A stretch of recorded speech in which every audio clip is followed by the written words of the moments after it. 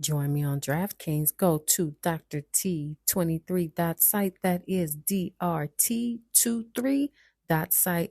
Go ahead and click join me on DraftKings and get your $200 bonus bet when you bet $5 instantly on DraftKings Sportsbook money lines, totals, and same game parlays.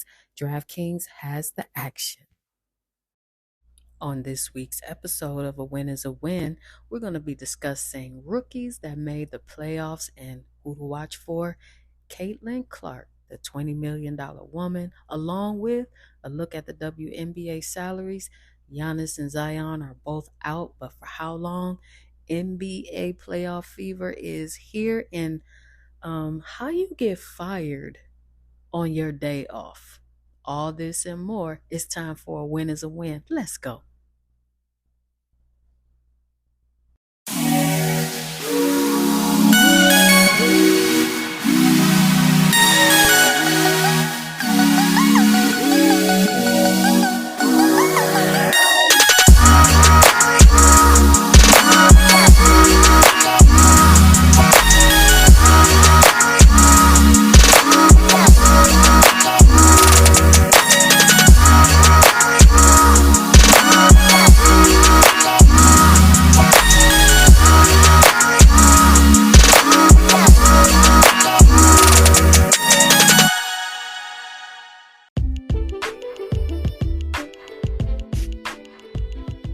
It's time for the rookie rundown. Welcome back, y'all. Welcome back. Welcome back to another episode of A Win is a Win. Listen, don't forget to like, subscribe, and share this podcast and tell someone to tell somebody else to join A Win is a Win, and go ahead and smash that subscribe button. I promise you, don't cost a thing. And while you're at it, go ahead and hit that bell for your necessary notifications. We are not wasting time. We are going to jump right into this jam-packed full episode. NBA rookies are usually an afterthought by the time the league calendar turns to the playoffs. For every Magic Johnson, NBA Finals MVP as a rookie in 1980, and Bill Russell, 24.4 rebounds per game as a rookie during Boston's 1957 title run. There are countless first-year pros who spend their first postseason either watching the action from the bench or, better yet, from their couch at home. We're going to take a look at some of my top rookies to take a look at here in these playoffs. We're going to start with OKC, Chet Holmgren. Yep, in his second season in the league, but his first season actually playing in the league. Holmgren is averaging 16.6 points, third among all rookies, 7.9 rebounds second, and 2.4 blocks second for the Thunder, who through Saturday's schedule are 1.5 games behind Denver for the West's top seed. Yep. Going to keep an eye on Holmgren, see what he brings to the table. We are going to jump right over to the Mavs, and I like Lively. Yep, Derek Lively. Now, while every defense that encounters the Mavericks will have, its attention focused on obviously Luka and Irving, an opportunistic 7-footer like Lively can feast on open dunks, lob passes, and putbacks. 12th pick in the 23 draft out of Duke, has been a fixture in Dallas's starting lineup as a rookie. Keep an eye on him. He's averaging 8.8 points, 6.9 rebounds, and 1.4 blocks per game. Think he will definitely be a key factor. We're going to go over here to the Nuggets and talk about Julian Strawther. Yep. Now listen, last year, Christian Braun made his presence felt as a rookie on the NBA champion Nuggets. In Game 3 of the finals, Braun had 15 points on 7 of 8 shooting, helping give Denver a 2-1 series lead over Miami and paved the way for the Nuggets' first NBA title franchise. Now, this year, Strother could be the rookie who makes his mark for the champs. 29th pick of Gonzaga. He's only played 11 minutes per game in the regular season, but keep in mind, Braun had only played about 15 minutes per game last season before his NBA's finals breakout. So we're going to keep an eye on Braun. Listen, Sasha Vezenikov, I cannot say his last name. So if anyone would like to correct me in the comments and spell it out phonetically, greatly appreciated. The Kings, who as of Saturday were in ninth place in the West, have the uncommon luxury an NBA rookie on their roster that has extensive professional postseason experience. Now, that's because Sasha is 28 years old and a veteran of European pro leagues before he came to the NBA this season. Now, in 2023, Sasha was EuroLeague MVP and won his second Greek League championship. He's also won championships in Spain. Let's see what impact he has during this playoff run. And lastly, we are going to go to Cason Wallace. Now, the Thunder has something special after Holmgren here. This rookie will be the other impact on the Thunder. Now, the team's top pick in the 23 draft, he was 10th overall from Kentucky. Wallace came into the pros renowned for his defense, and he's lived up to the hype with 5 games this season in which he had 4 steals apiece. Now, but he's also given OKC some offense, okay? Playing good on both sides of the ball, averaging about 6.9 points off the bench and hitting about 41.7% of his three-pointers. Trust me, Wallace is going to make a good rotation here for the Thunder. Those are my top rookies to look for and watch during this playoff run. Good luck to all the teams. Campus Gridiron up next.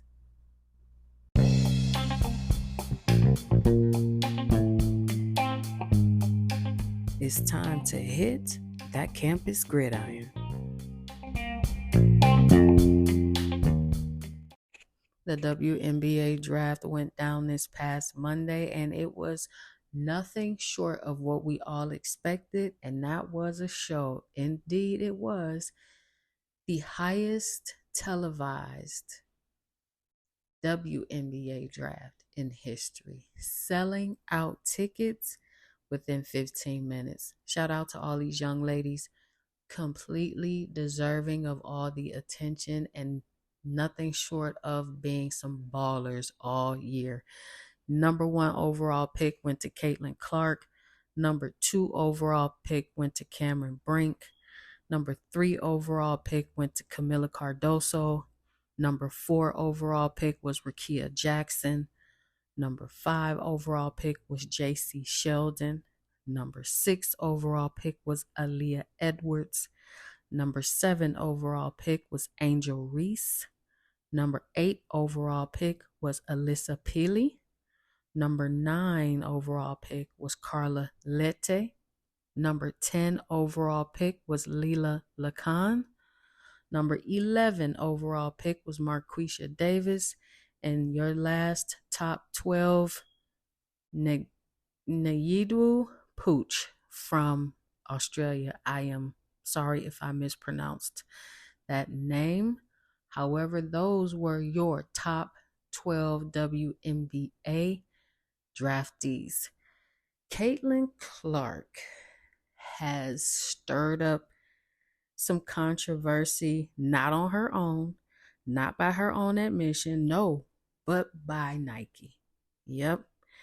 Nike is trending after it has been released that they have signed Caitlin Clark to an 8-figure shoe deal with her own signature shoe.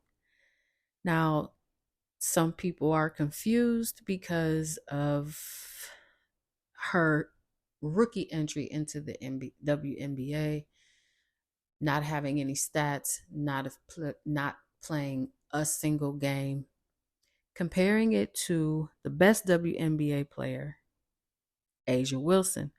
two-time champion and two-time MVP, who still doesn't have a Nike shoe deal. Well, I look at this both ways. Caitlyn and A'ja, they haven't addressed it personally. Again, this is everyone else talking but these two young ladies, okay? And I don't think the attention needs to be on Caitlyn personally, but rather Nike.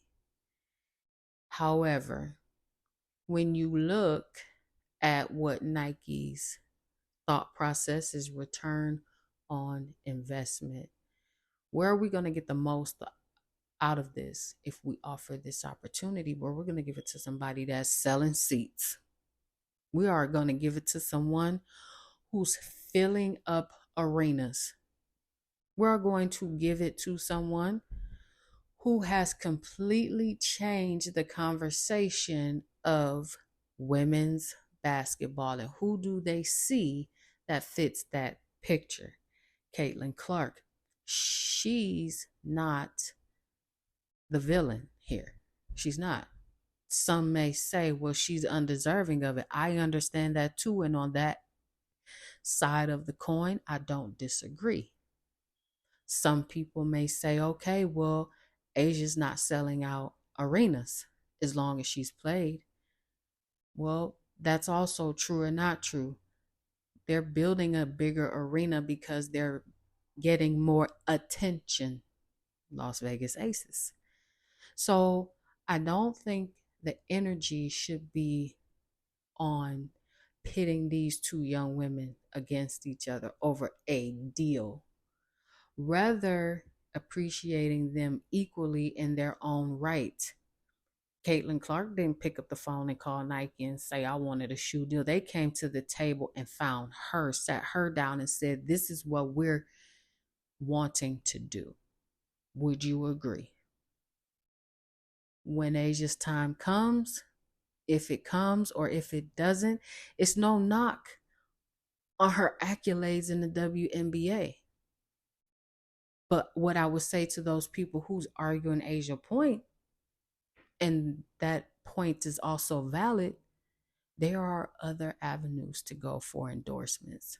Nike isn't the end all be all for shoe deals or purse deals or food deals. There are other avenues for endorsements. And at the end of the day, those conversations will be held between the player and the organization that is actually handing out the endorsement. Nothing else. Everything else is just noise. It's nothing for us to get in a tizzy about. It's nothing for us to start judging. It's not. In my opinion, what's even more interesting than that is the large gap of salary between W and regular NBA. And what I mean is this. Caitlin Clark's salary was revealed. Keep in mind, she's the number one overall draft pick. Here's her rookie contract. 4 years, $338,056. 2024, she will receive $76,535. 2025, she will receive $78,066. 26, $85,873, and 97,582 with the option. You know, someone told me earlier today, well, guess what, Dr. T? It's simply because no one watches women's basketball. So they're not bringing in the money like the NBA. I see that point. There's no hype. You don't even see advertisements. You don't see commercials. You listen, you don't even really hear anyone in sports news, media, podcasts mentioning the W. But it doesn't mean that there isn't time for a change. And what I mean is this: there's two sides to every coin. Yes, the salary range needs to be closer and more respected to what NBA players do, male or female. And if you would like to have that conversation again in the chat, let's have that conversation respectfully in adult way. Because some people will argue, well, people want to see men, they're more skilled, they're more athletic than the women. No one really wants to see women. We want to see the male NBA players. Okay, we can have that conversation if you like. But it doesn't mean that they're any less prone to injury. It doesn't mean that they're doing anything different that a male's body can't do, other than they're playing in the league of their gender, as opposed to males playing in their league with their genders. There needs to be a serious look at the salary. I'll say that much.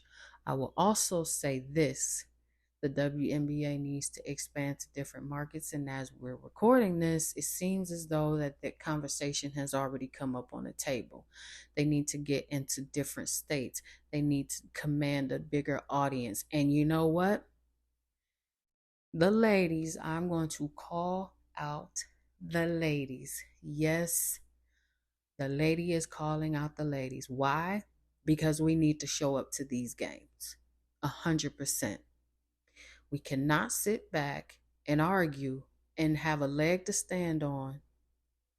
Oh, I'm 10 toes down. They need to make more money. I understand that, but when have you bought a ticket? When have you bought a league pass to the WNBA channel so that you can watch their games to get up their viewership? Is your butt filling a seat? There's a large gap, separation between the amount of women who attend these games versus the men. So I get it on both sides. But in order to be better, be seen as better, we all have to support and do better, because guess what? NBA TV, NBA on TNT, you have NBA League Pass, Hulu, YouTube TV, Peacock, uh, Philo, and whatever all of these streaming networks are that are connected to other big networks.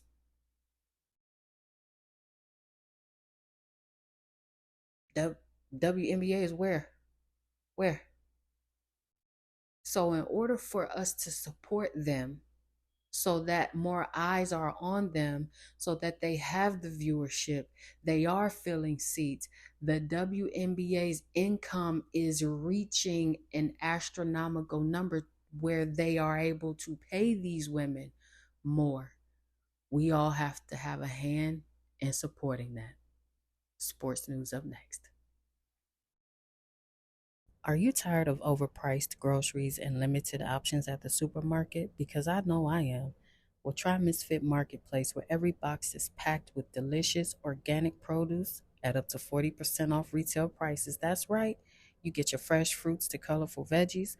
Misfit Marketplace delivers quality ingredients straight to your door. Visit misfitmarket.com and use code POD20, that is POD20, to get 20% off your first order, and tell them that Dr. T sent you. Eat well, save money, and join the Misfit movement today.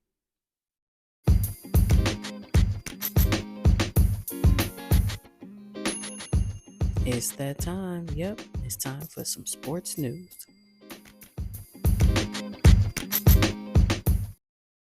Morgan Price from Fisk University is rightfully so celebrating her win as the first gymnast from an HBCU to win a national title. And I would just have to say, Morgan is such a sweetheart. She really didn't even know what to say after she won. I mean, now she's speaking out after she's made history, and she was quoted by saying, it simply just felt really amazing when she was on ABC News Good Morning America after her historic win. So shout out to Morgan Price. Keep doing what you're doing. Don't ever, let anyone tell you that your dreams are not possible, because as you just proved to everyone that they are. Nate Robinson, NBA vet, doesn't have long to live without a kidney transplant. Now, Nate Robinson says that without a kidney transplant, he's been living in kidney failure for many years, and now it has come to a critical point. Now, Robinson, who is 39, is still able to work out, play basketball, and live everyday life, but he has to go through dialysis 3 times a week for 4 hours a session just to stay healthy. Now, over time, Robinson's condition has and will get worse as he's in need of a kidney transplant. He still takes time to teach and educate people about what's happening in that arena of health. We've seen a lot of players deal with health issues in the last few years. And when it gets to this point of, life or death, it is such I really can't find a word that I want to use. It is such a sight to see someone fighting for their life, but still takes the time out to show up and be present and educate the community on going to the doctor, getting checks, making sure you have a PCP, and keeping up on your health. And I think a lot of times we forget that athletes are not superhuman. They are just human beings, and they are not without issues. So, we will hope for the best, and hopefully he's able to be transplanted sooner rather than later. And, shout out to Nate Robinson for helping those understand about the seriousness of diabetes. Well, it looks like the 2024 USA men's national team has been finalized. Yep. Every single player on the Olympic team received their jersey. I think it was a couple of days ago, if I'm not mistaken. Each player received their jersey at their, I believe they were at their after practice or after games.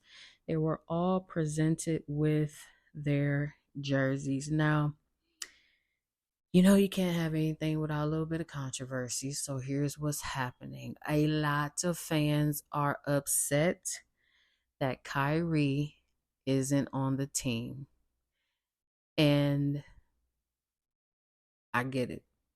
A little shocked myself, but everybody can't go. Kyrie just simply said, I do wish I was there, but he does wish everyone the best during the Olympics. So, shout out to Team USA.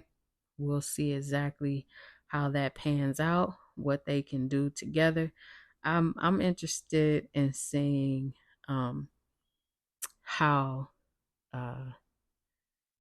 Kevin Durant is going to play. There's a lot of talk if he's still, him. And, should he even be on the team? And I you can feel what you want to feel about KD. All right. But at the end of the day, Is he one of the NBA's all-time players? He's in the conversation, whether he's in your top 5, your top 10, your top 20. We can hand pick and cherry pick who should not be on the team. But I'm just interested in seeing how he's going to measure up to a lot of the bigs um, overseas. Interesting enough, we have someone who was fired on their day off. Okay. Before we get to that story, apparently the new Texans helmet was leaked on social media, and the fans are upset. Some of them said that it looks like a high school football helmet. Some even said that they will refuse to go to a game if they put on this helmet. And some people say it looks like a medieval uh fighting helmet, over in the medieval times where they went to war. It looks like one of those helmets. Go to Google or go, it's all over social media. Check it out. That was just a funny story that I came across because if you have never heard of fans being upset about a helmet, it is, let me tell you, it is a sight to see. And the comments are absolutely crazy. Raptors, Jontay Porter was banned for life on his day off. Yep. Jontay Porter has been giving a lifetime NBA ban for violating league gaming rules. Now, the NBA says that he disclosed confidential information to sports bettors, limiting his own participation in one or more games for betting purposes. Porter told, now listen to this, a known NBA bettor about his health issues before a March 20th game. The bettor placed an $80,000 parlay on Porter's underprop that would have paid $1.1 million. Now, wait a minute. Hold on. Time out.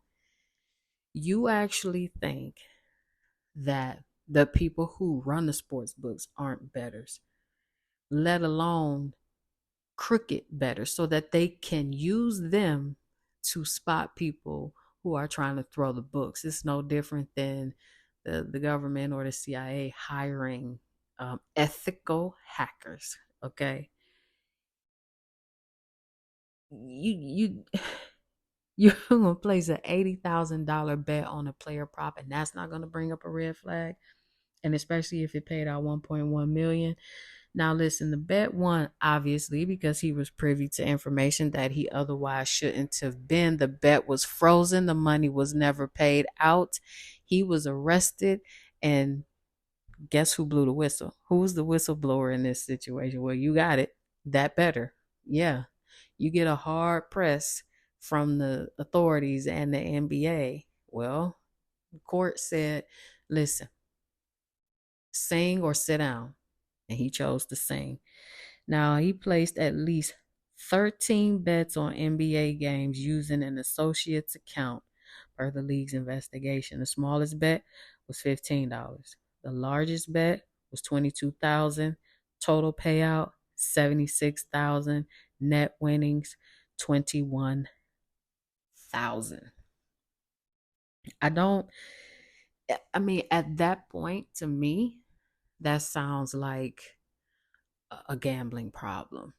Now, his brother, obviously, who plays for the Nuggets, he doesn't want any association with it. Clearly, his brother is his own man, and so he needs to be responsible for the choices or lack thereof on his own. Now, NBA Commissioner Adam Silver said there is nothing more important than protecting the integrity of the NBA competition for our fans, our teams, and everyone associated with the sport. While legal sports betting creates transparency that helps identify suspicious or abnormal activity, This matter also raises important issues about the sufficiency of regulatory framework currently in place, including the types of bets offered on your games and players. Working closely with all relevant stakeholders across the industry, we will continue to work diligently to safeguard our league and our game. And of course, the official statement came out uh, quite lengthy after that. Will not be reading that, but you understand the point. And, for me, it's kind of like the same thing the MLB did to Pete Rose. And I get it. Some people will say, well, they're doing all of this, but how many people are actually doing it? There are so many people that's involved in illegal gambling. I mean, why just nitpick on him? Well, okay, well, you got caught. The ace is an ace is an ace is an ace. Okay, call it like you see it. Now, what's happening is this is bringing a light to other players who the better has mentioned, again, you can either sing or sit down. Well, we all know he sang because Porter's banned for life. So now this is now bringing to the forefront other bets that were placed by other alleged athletes who participated in illegal gambling. So we shall see what happens after all of that drama. I think you have to have a certain amount of accountability, and there isn't anyone else to blame when you decide to place the bet. There isn't anyone else to blame when you're the one who decides to take matters into your own hand and say, okay, now look, I know I shouldn't be doing this, but do I want to? Yes. No. Well, you know what? Be responsible. You're playing the game. This isn't fair. But no, I'm actually going to decide to do it.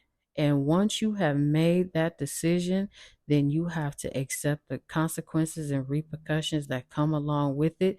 And also, you knew when you were drafted, there's a big sign that says no gambling. Seen it myself. Been in many different organizations. No gambling. You got to take that L and live with it. Before we end sports news segment, it is only right that we extend a rest in peace to O.J. Simpson and the 2024 NFL draft prospect A.J. Simon, who passed away the other day of a heart attack. Condolences to both the families. May they both rest in peace. Injury report up next. Turn down that bass and turn up the treble. It is time for Sounding Off with Tiff. Well, looks like Russell Wilson continuously finds himself in the middle of drama that's self-inflicted. Now, the Pittsburgh Steelers wasted no time catching a lot of heat after his interview that he had with Essence Magazine, and how his success has opened doors for younger black QBs such as Mahomes and Jackson. He was quoted by saying, "For me to be able to go back-to-back Super Bowls and win one of them, I think I opened up a lot of doors," Wilson said.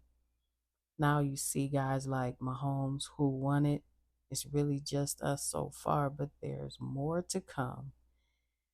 Now, some may say that the emergence of quarterbacks like Mahomes, Hurts, Jackson, and Stroud, to name a few, is indicative of a new era in football.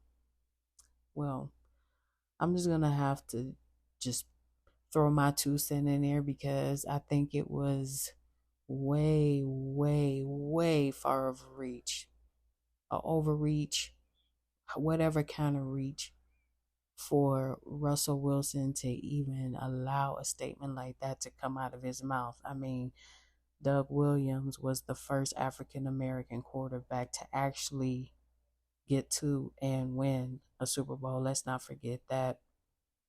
Are we just going to forget about Shaq Harris, Joe Gilliam, Marlon Briscoe, Jack Harry, Steve McNair?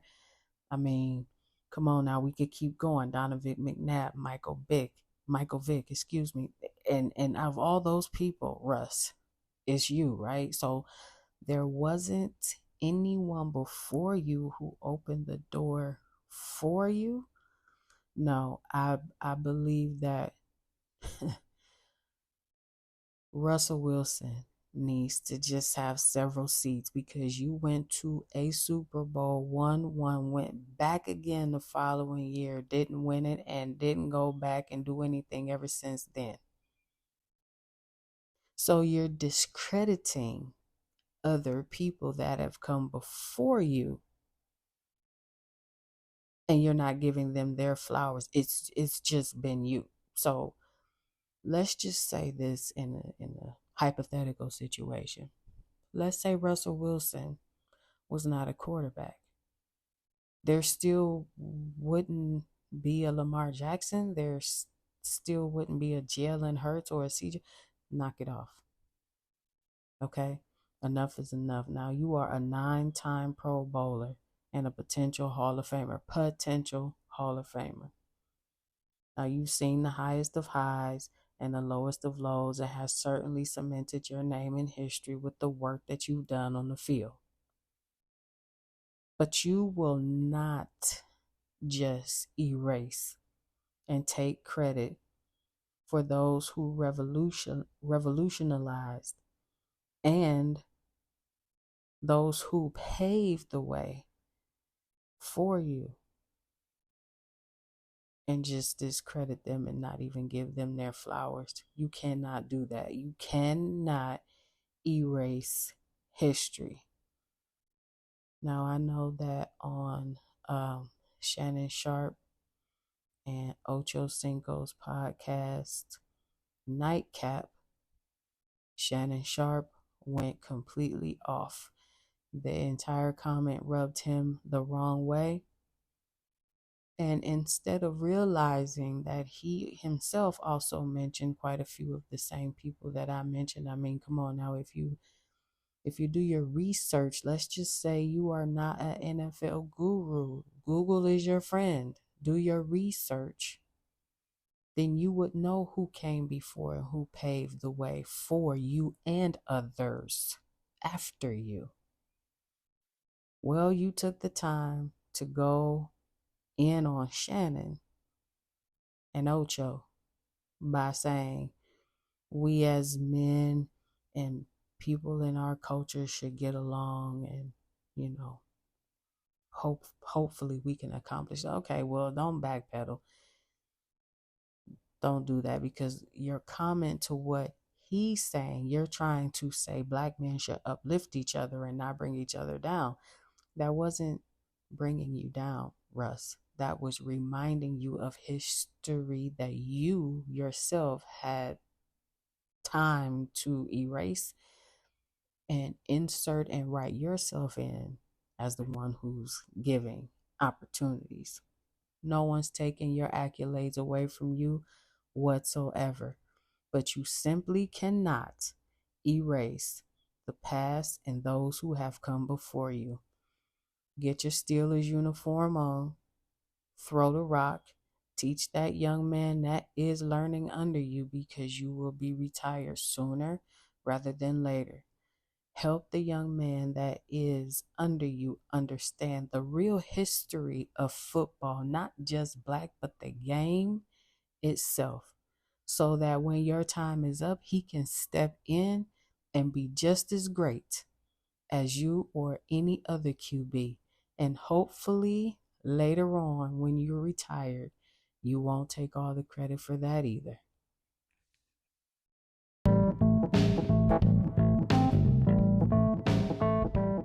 Who's hurt and who is ready to go? Well, it's time for our injury report.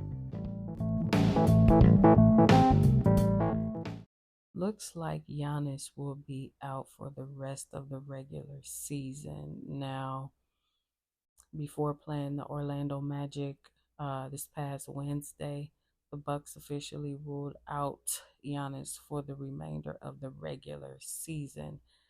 Now, he left in the third quarter with a left soleus, that's your calf, injury. He underwent an MRI that confirmed that the diagnosis was a left calf strain. And those can be tricky because just as fast as you think that, oh, it feels better, I can bear weight, the minute that you start actually uh, gaining momentum, speed, strength, pivoting, you realize planting on it, pivoting, you realize that, oh, wait a minute, hold on, it's still a little tender. It's a bit more injured than I believed it was. So we'll see exactly what happens with uh, Giannis, and can the Bucks get it done? You know, um, without him, and do you see them being a real contender? I'm not sure. Boston is running through everybody right now at this point. So, uh, we shall see. Now, um, it looks like uh, Jimmy Butler uh, will be out um, after being eliminated. Now, he was ruled out for several weeks because of his MCL injury. And not sure, if he's going to recover from that right away. It doesn't, it it's always interesting when you get to the point of the playoffs and then your star players go down. Look at Embiid, just came back. Now Giannis is out. Now you got Jimmy Buckets. Now he's out. It's unfortunate that these things take place at such critical moments. Speaking of critical moments, Zion went out in the middle of a 40-point game against the Lakers. Now, it was kind of odd the way this took place.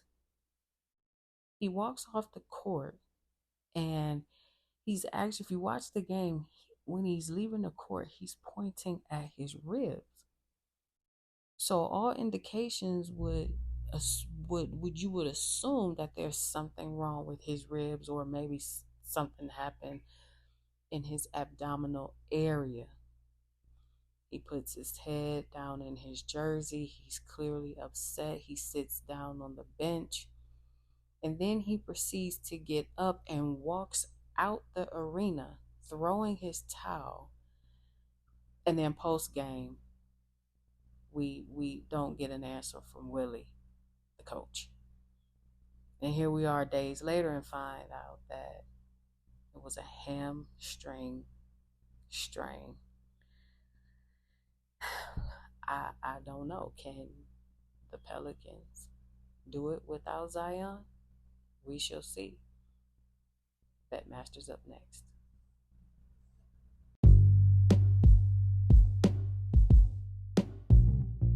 Open up those sports books. It's time for Bet Masters.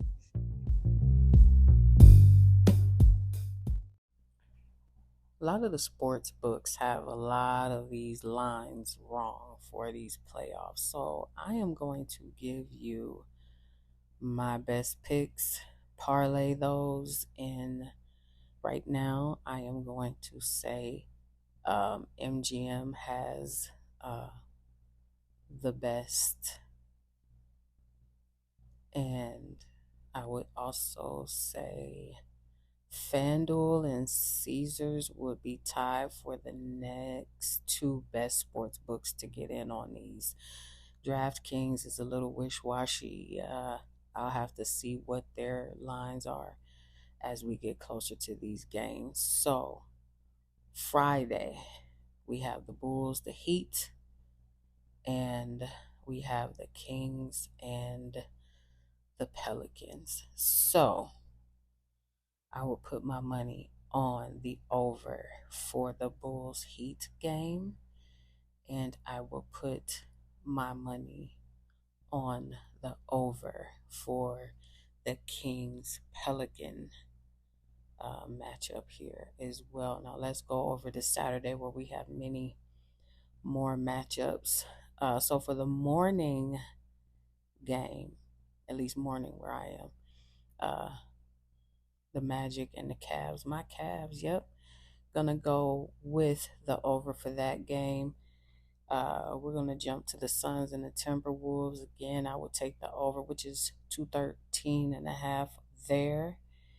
The 76ers and the Knicks. Now, when you look at FanDuel and DraftKings, majority of the money is on the over, which is at 208.5. I think that line is going to change significantly. So don't be surprised if you start seeing money go towards the under. And the Lakers and the Nuggets, I am going to do the under on that, which they have that set at 224. Um, the over on that game is 223.5. So I would go under on that game. Parlaying those, and I will also, so that you can possibly get the most out of the bet if you can. If you parlay it, I would definitely do a round robin, and I would throw a teaser in there as well. So we will look at those games and see what those matchups bring, and good luck on those bets. Now, Sunday, we have no line yet on the Celtics. And we have no line on the Thunder. Okay, so we don't know those yet. But what we do know is the Mavs and the Paper Clips. I'm going to say pass on that because the over and under is a push. You have the over is set at 223 and the under is set at 224.5. That's a push, but if you just wanted to put some money down on that game, I would go Dallas on the money line. Definitely. Pacers and Bucks. I would go. Let's see here. There's 232.5 on the over, 233.5 on the under. I think the under is the safest bet on there. I would do that on FanDuel. And we will see what the matchups bring for OKC and the Celtics once we get that information. Go ahead and put your bets in there. But definitely Mavs, I would go on the money line. And I would definitely go under on the Bucks. Go ahead and go to your favorite sports books. See about those parlays, round robins, and teasers like I suggested, and make you a little bit of change in the post up next. Want to get started on your weight loss journey? We all do. Well, we know weight loss can be difficult, but medical advancements have created an absolute game changer. Yes, semaglutide is a once a week shot that can lower your A1C, curb your appetite, craving, slow digestion, and can help you feel full sooner and longer. How do you sign up? Go to DrT23.site. That is DRT23.site. Go ahead and click semaglutide, get signed up for your weight loss goals.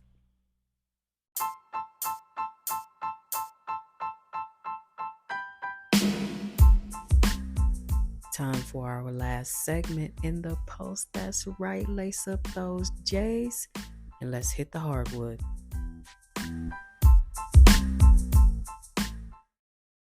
Well, as we all know, right now the playoffs are set. Now I'm going to give you my predictions and my outcomes for each game. Now, down in the chat, I am going to leave that open for you all to give your predictions on what you think the outcome will be for each one of the tournaments. Now, for the OKC game, I don't know who they're going to play, the Pelicans or the Kings, but I don't trust the Thunder uh, at all, despite them proving their worth all season long and earning the number one seed in the West. Um, I I will say that, you know, Shy Alexander is a good candidate for MVP. However, I don't trust them. And so I also think that the Pelicans are in trouble without Zion. So, we see the Kings, in my opinion, earning uh, the number 8. So we'll see how that works out. As far as the Nuggets and the Lakers, number 2 Nuggets and number 7 Lakers, I believe that the Lakers can win, although no one seems to think that they can. But I will say don't sleep on LeBron and AD. I think because they're getting to Denver early, I think that they will be able to keep up with that run you up and down the court game that Denver has perfected. Um, as far as the Timberwolves and the Suns, I mean, again, Cavaliers fan to the bone, live in Phoenix, so I got to ride with the home team. I do like how the Timberwolves are playing, and I do think that, a lot of people see the potential for them to take the W. However, when you have Book, KD on fire, and if, and this is a huge if,